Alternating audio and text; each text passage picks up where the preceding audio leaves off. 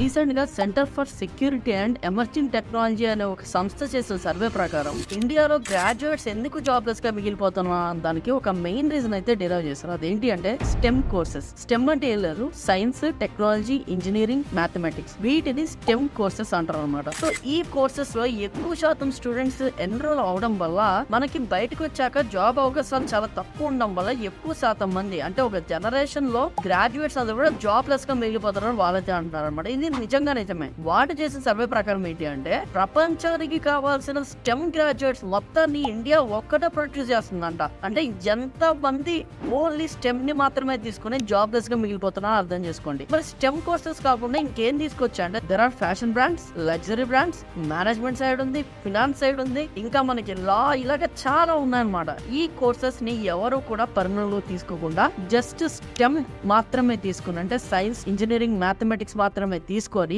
బయటికి వచ్చి చాలా శాతం మంది ఒక జనరేషన్ వాళ్ళు జాబ్లెస్ గా మిగిలిపోతారని వాళ్ళైతే చెప్తున్నారు. దిస్ ఈస్ అబ్సల్యూట్లీ ట్రూ అనమాట. సో దీని మీద మీ కామెంట్స్ కింద కామెంట్స్ మెన్షన్ చేయండి. And do follow the ShowDocs for more career related videos like this. Thank you.